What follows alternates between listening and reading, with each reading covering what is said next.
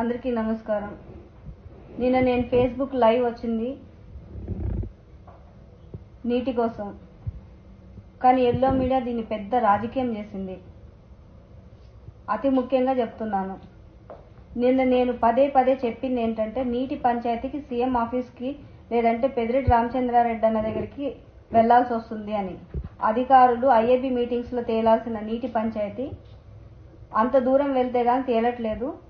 ఇలా నీళ్లు అధికారికంగా రావాల్సింది రాకుండా నా ముందు పాలించిన ఎమ్మెల్యేలు వదిలేశారని, అంటే మా నియోజకవర్గంలో పాలించిన ఎమ్మెల్యేలు వదిలేశారని అధికారులు వాళ్ళ మాటలతో వాళ్లే చెప్పారు.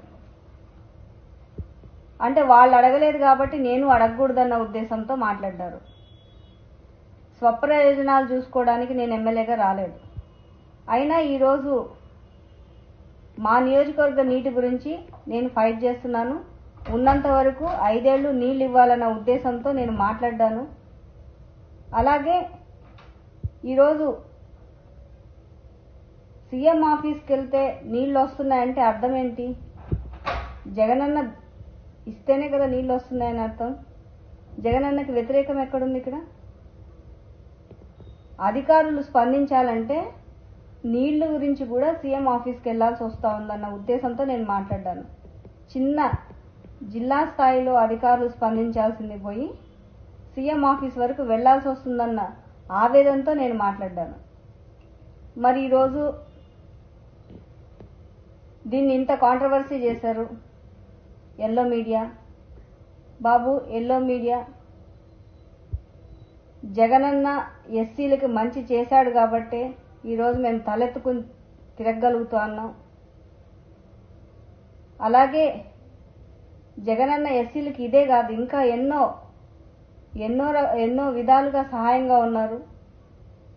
మీ ఇష్టం వచ్చినట్టు మీరు ఇంటర్ప్రిట్ చేసి నేను మాట్లాడిన దానిలో మీకున్న చిన్న బుర్ర తక్కువ బుర్ర అని చెప్పచ్చు.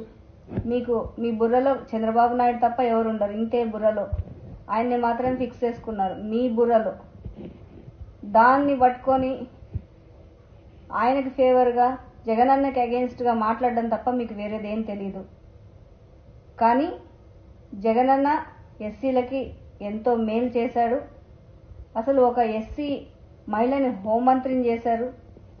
ఎస్సీలు ఎవరు మర్చిపోని విధంగా ఈరోజు మన రాష్ట్రంలో పాలన జరుగుతూ ఉంది.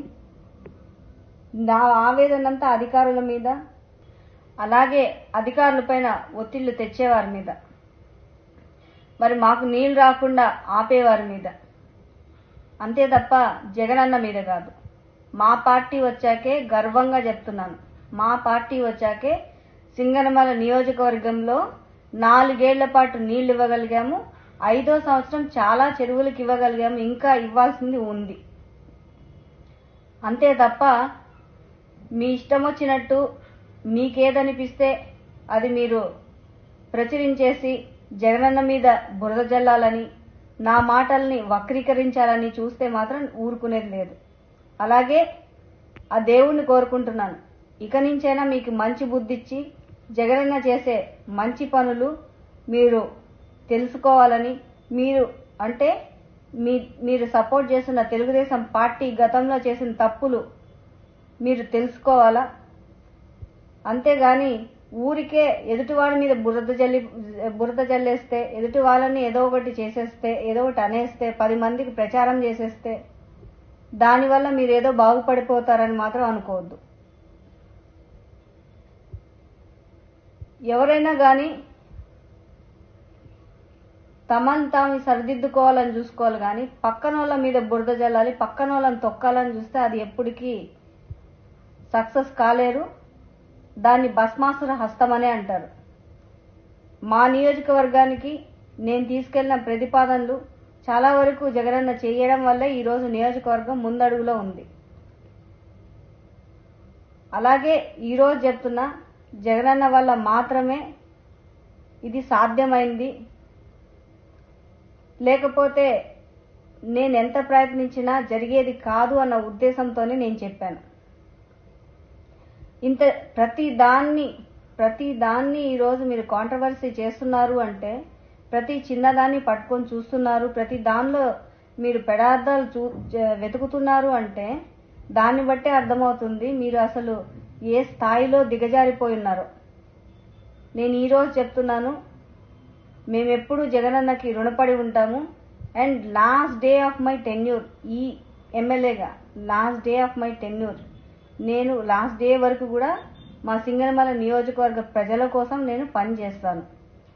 అంతే తప్ప ఇష్టం వచ్చినట్టు మీరు రాతలు రాస్తే ఏదో అంతా మారిపోతుందని మాత్రం ఊహించకండి. మీకు అందరికీ తెలుసో లేదో, మాకు జగనన్న అంటే చాలా అభిమానంతో రాజకీయాల్లోకి వచ్చాం. జగనన్న పిలుస్తానే, మరి ఆ రోజు మేము అప్పుడు కాలేజ్ పెట్టి జస్ట్ 2 ఏళ్ళు మాత్రమే అయింది జగనన్న పిలుపునిచ్చినప్పుడు. జగనన్న రాజకీయాల్లోకి ఆహ్వానించినప్పుడు మహా అంటే మేము కాలేజ్ పెట్టి ఒక 2-3 ఏళ్ళు అయింటదేమో. మరి 2-3 ఏళ్ల తర్వాత జగనన్న రమ్మనగానే, మరి అదెంత పెద్ద బాధ్యతో తెలిసినా కానీ కేవలం జగనన్న మీద నమ్మకంతో మేమందరం, నేను, సాంబశివారెడ్డి, అలాగే మా కుటుంబం అందరూ కూడా జగనన్న వెంట నడిచాం. మరి ఈరోజు ఇంత మంచి పేరు జగనన్న దగ్గర పెట్టుకున్నప్పుడు మేము అసలు నేను నిన్న చెప్పింది కూడా లైవ్లో కూడా ఒకసారి చూడండి. జగనన్న స్ఫూర్తిగా అని కూడా మాట్లాడ్డాను. జగనన్న స్ఫూర్తిగా అని మాట్లాడినప్పుడు కూడా మీకు ఏంటి బాధాకరం? నాకు అసలు ఈరోజు చాలా చిత్రంగా అనిపిస్తూ ఉంది. ఇంత ప్రతి దానిలో దూరి దానిలో మీ ఇష్టం వచ్చినవన్నీ మీకున్న కొంచెం బుర్రలో ఇంత కొంచెం బుర్రలో మీకున్న ఇష్టం వచ్చినవన్నీ రాసేసుకొని దాన్ని ప్రచురించేసి టీవీల్లో వేసేసి అంత కాంట్రవర్సీ చేయాలనుకుంటున్నారు. ఏ రోజు మీరు మారుతారో అసలు నిజంగా అర్థం కావట్లేదు. కానీ ఈరోజు చెప్తున్నాను, మీరంటే పబ్లిక్ కూడా విసిగిపోయి ఉన్నారు. ఎల్లో మీడియా అంటే పబ్లిక్ కూడా విసిగిపోయి ఉన్నారు. ఎప్పుడు చూడు బురద జల్లడం. అంతేగాని మీ ప్రభుత్వం, మీరు సపోర్ట్ చేసిన మీ ప్రభుత్వం అంటే తెలుగుదేశం ప్రభుత్వం అప్పుడు ఉన్నప్పుడు వాళ్ళు చేసిన తప్పులు కానీ ఏమన్నా ఎత్తి చూపించారా? అసలు ఒక్కసారి 23 సీట్లకు పరిమితం అయ్యారే. 23 సీట్లకు పరిమితమైంది మీకు కొంచెమైనా ఆలోచన జ్ఞానం ఉందా? అసలు ఏం తప్పులు చేశామని కరెక్ట్ చేసుకోవాల్సి అని అనుకోరా?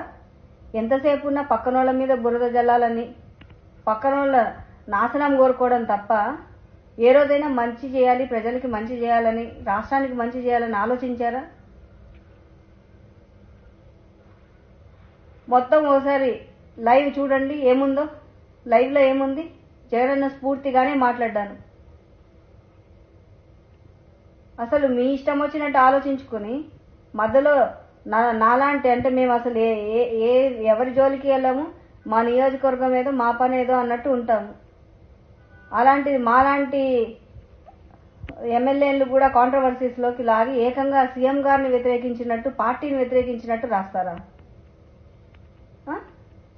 అలాగే నా ఆవేదన అధికారులు సరిగ్గా పనిచేయకపోవడం, అలాగే అధికారుల మీద ప్రలోభ పెట్టే వాళ్ళ మీద అనేది మీరు ఆలోచించరా?